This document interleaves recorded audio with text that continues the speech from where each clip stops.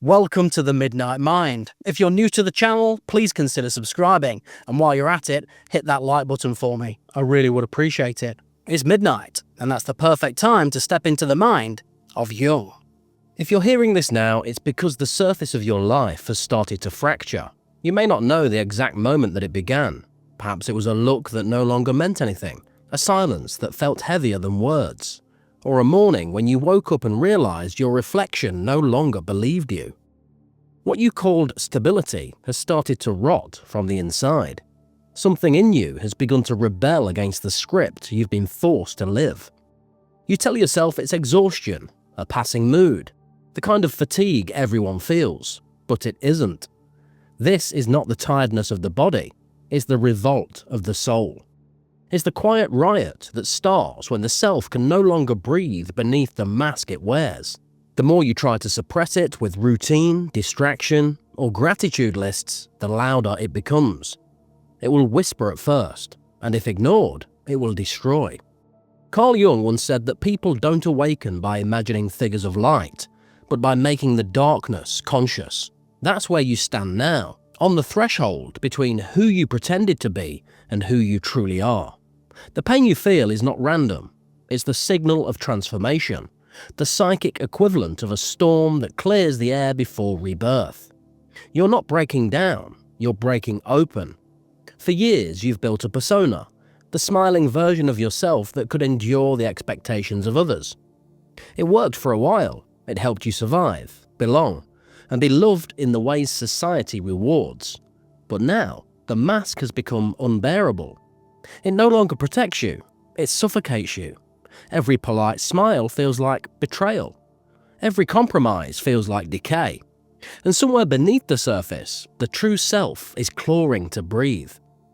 Most people drown at this point. They silence the revolt with productivity or pleasure, anything to avoid listening. But you wouldn't be here if you were one of them. Something in you refused to die quietly. That refusal is the first sign of life. It's what Nietzsche called the will to power. Not the hunger for control, but the will to rise above the self that can no longer contain you. There's a strange kind of grace in collapse. It strips you of illusions. It shows you what never truly belonged to you. The relationships that fed on your silence. The routines that replaced your purpose. The beliefs that kept you obedient. You begin to see that most of what you called you was nothing more than adaptation, a performance that kept the world comfortable. And once you see that, you cannot unsee it. Jung wrote that what the unconscious refuses to express in words, it will express in fate. This is why your life begins to unravel when you ignore what's dying within. The job that once defined you starts to feel hollow. The people who used to validate you begin to vanish. Everything external begins to mirror the internal decay. It's not cruelty, it's correction. The psyche will dismantle every false structure that keeps you asleep.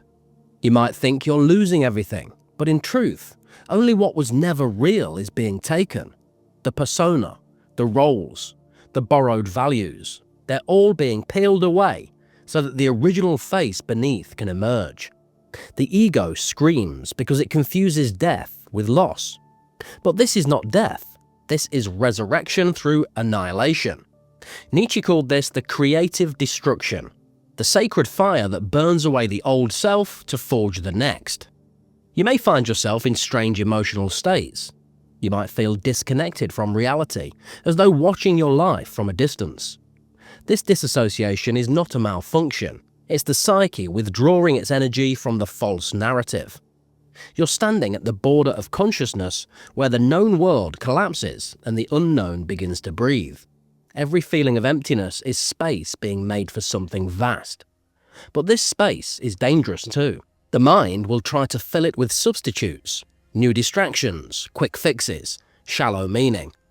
Resist the temptation. Don't rush to rebuild. What must die deserves to die. Sit in the ruins long enough to understand what burned. Because until you do, you will rebuild the same prison with a new coat of paint. Transformation doesn't happen through comfort. It happens through honest ruin. This is why Jung described individuation as a path of descent, a journey downward, into the abyss of your own contradictions.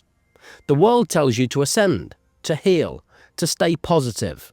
But real healing begins when you face what your light refused to see. The shadow is not your enemy, it is your foundation. Inside it lives every instinct, emotion, and truth you were forced to deny. When you begin to feel it, you are finally meeting yourself. At first, you will resist. You will try reason, to explain, to distract. The ego will whisper, "I can fix this." But you cannot fix what was never yours to begin with. You can only surrender to the collapse, not as a victim, but as a witness. The more you fight it, the deeper the despair becomes. The moment you accept it, the chaos begins to organize itself into meaning. Look around your life right now. Notice what feels false. Notice the people, habits, and spaces that no longer carry energy. They are your mirrors. Each one reflects a version of you that no longer exists. You're shedding skin. That's why everything feels alien. You're not losing yourself, you are losing what is not you. And yet, a warning. This awakening is not gentle. It will cost you the comfort of ignorance. It will cost you the approval of the crowd. It will cost you the illusion of certainty. But what it gives in return is something the world can never offer. An unshakable alignment between what you are and what you live. That alignment is freedom. But first, it feels like death. If you're here, listening to these words, it's because your unconscious guided you. Jung called it synchronicity, when outer events reflect inner readiness. You didn't find this message by accident. Something in you summoned it, because some part of you already knows. This collapse is sacred. This pain is not punishment. It is the call to remember what you were before the world told you who to be. And that is where your transformation begins. Not in light, but in darkness. Not in certainty, but in surrender. The old world within you is burning. Don't try to save it. Watch it burn with reverence, because on the other side of this fire, something indestructible waits. The self that no longer needs to pretend. Most people never make it past the first fracture. They feel the crack forming and rush to seal it. They drown in the noise, in work, in entertainment. They convince themselves that this is what life is. Wake, perform, obey, repeat. They call it adulthood, responsibility, realism. But it's only domestication. Civilization teaches you to adapt so perfectly that you forget you were ever wild. You were trained from childhood to associate safety with submission. You learned to smile when you wanted to scream, to agree when you knew the truth, to call exhaustion productivity, and loneliness independence. Each reward, a grade, a paycheck, a like, a nod of approval, became a leash around your soul. And with every compromise, the authentic self retreated deeper into silence, waiting for the day you would finally listen. Jung warned that the greatest danger in modern life is not madness, but normality. The quiet conformity that passes for sanity. The more you adapt to the collective, the more you drift from your own nature. The world calls you successful when you have learned to obey efficiency. But obedience is not virtue. It is spiritual paralysis disguised as peace. You call it balance. Your soul calls it imprisonment. The system thrives on your exhaustion. It teaches you to equate value with usefulness, and usefulness with obedience. You become a gear in a machine that never stops turning, even when it grinds you down. And the more you obey, the more the machine rewards you. A raise here and a compliment there. Small doses of validation to keep you from noticing the slow erosion of meaning.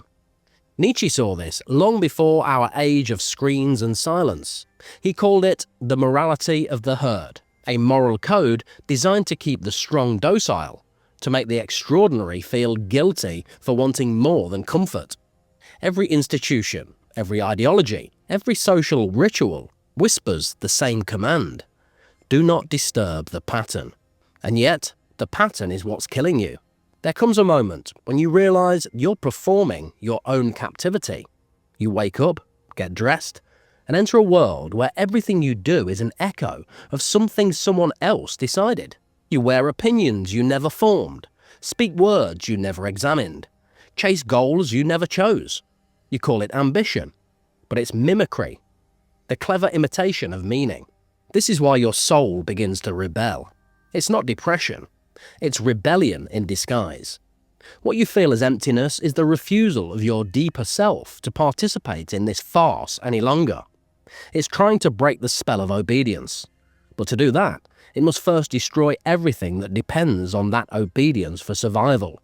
Your false identities, your hollow comforts, your sense of belonging. You will feel isolated, as though the world has withdrawn its affection. It has. The collective never forgives the individual who begins to think for themselves. The moment you stop playing the role, the audience leaves. But their departure is your initiation. Loneliness becomes the crucible in which your real identity is forged. You're not being abandoned, you're being returned to yourself. Jung wrote that every neurosis is an attempt by the psyche to restore balance. What you call crisis is often the soul trying to reclaim its lost territory. That anxiety you feel when you ignore your intuition, that's the tension between who you are and who you pretend to be. The more you resist it, the sicker you become. The moment you align with it, the healing begins. Not the comfortable healing of surface calm, but the violent healing of rebirth. The world will not understand this. It will tell you to get back to normal. But normal is the disease. It's the collective hypnosis that keeps billions asleep, dreaming of freedom while chained to invisible masters. Normal asks you to trade authenticity for approval, awareness for anesthesia. It calls you productive while it feeds on your hours. It praises your discipline while it kills your wonder. Nietzsche said that man would rather will nothingness than not will at all. This is what you see around you. People willing themselves into oblivion because it's easier than facing the void. They fill their days with noise to drown out the silence that asks, "Who are you?" They cling to their misery because at least it feels familiar. And yet, beneath that misery, something immortal stirs. A faint pulse, a memory of freedom. When you start to question the structure strikes back. Your mind fills with doubt. What if I'm overreacting? What if I lose everything? That voice is not your conscience, it is conditioning. It is the echo of a world that trained you to mistake comfort for purpose. The ego fears change because change exposes how fragile its kingdom really is. But fragility is not failure. It is the first glimpse of truth. You will notice as you awaken that everything artificial begins to repel you. Conversations that once entertained now feel hollow. Crowds feel suffocating. Even your ambitions start to seem absurd. This delusionment is not cynicism, it is purification. The soul is cleansing itself of lies. And though the process feels like death, it is the only way to be reborn without illusion. The modern world has mastered the art of distraction. Infinite scrolls, endless screens, synthetic pleasures, all designed to keep you from looking inward.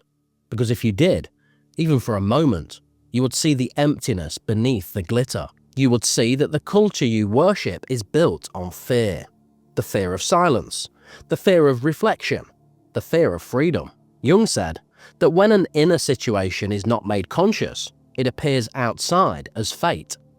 The collective's obsession with control, consumption, and comfort is simply the projection of its inner emptiness. Humanity runs faster because it's terrified of stopping. To stop is to feel. To feel is to face the void. And the void is where the self waits. Patient, ancient, uncorrupted. You will not find meaning in returning to old habits. You cannot heal by pretending the wound isn't there. The next step is not to escape discomfort, but to understand it. Discomfort is intelligence. It's the psyche's way of saying there is something you've refused to see. When you finally look, when you truly look, you begin to reclaim the authority you once gave away. And that is the turning point, the moment when obedience collapses and awareness begins. You start to see how every fear you obeyed was never yours. You realize how every limit was taught to you by someone too afraid to transcend their own. This realization is not gentle, It rips through your illusions like lightning. But what remains after the storm is uncorrupted clarity. You were not born to adapt. You were born to awaken. The system doesn't fear rebellion. It fears awareness. Because rebellion can be crushed, but awareness cannot be controlled.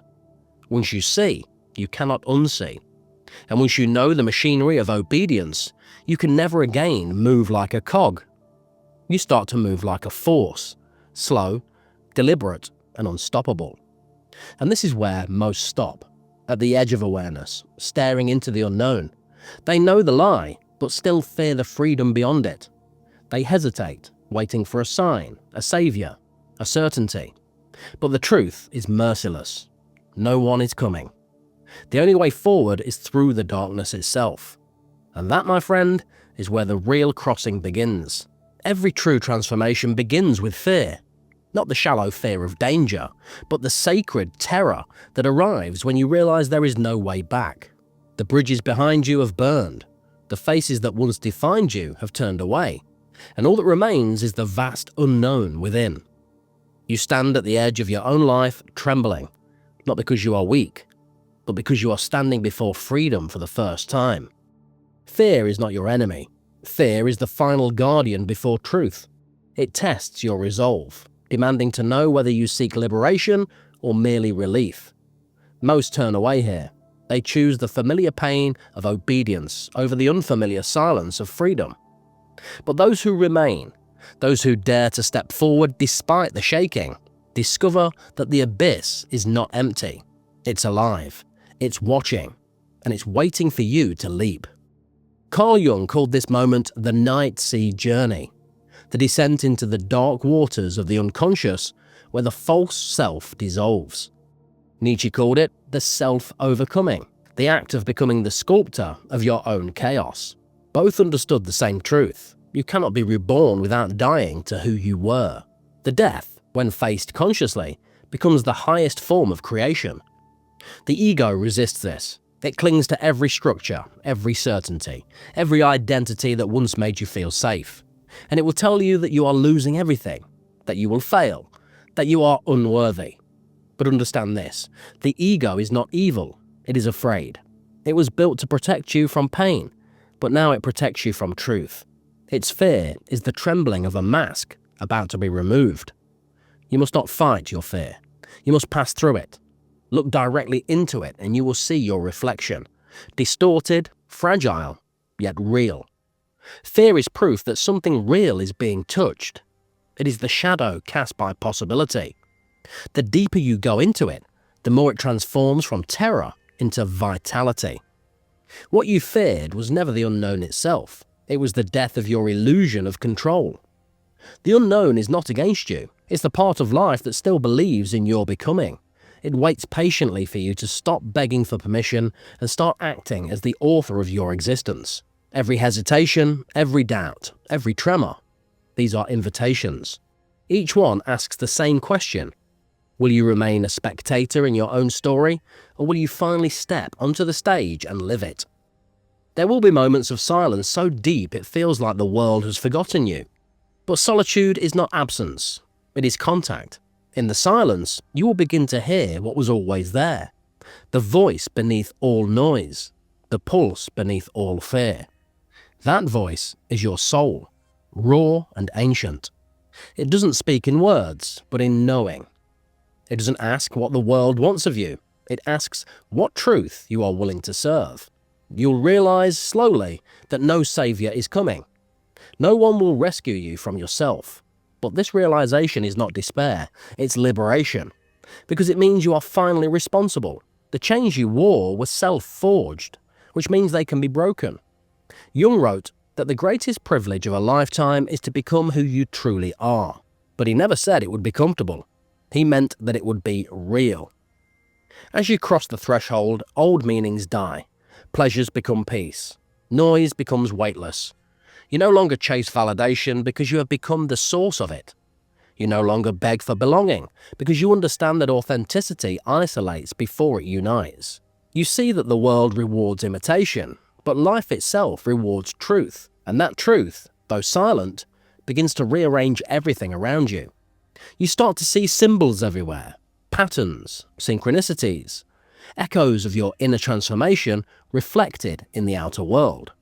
These are not coincidences, they are confirmations. The psyche speaks through the language of reality itself, showing you that you are not wandering aimlessly but moving through a map only your soul can read. Every encounter, every dream, every small moment begins to feel deliberate, almost sacred. Nietzsche once said that those who have a why can bear almost any how.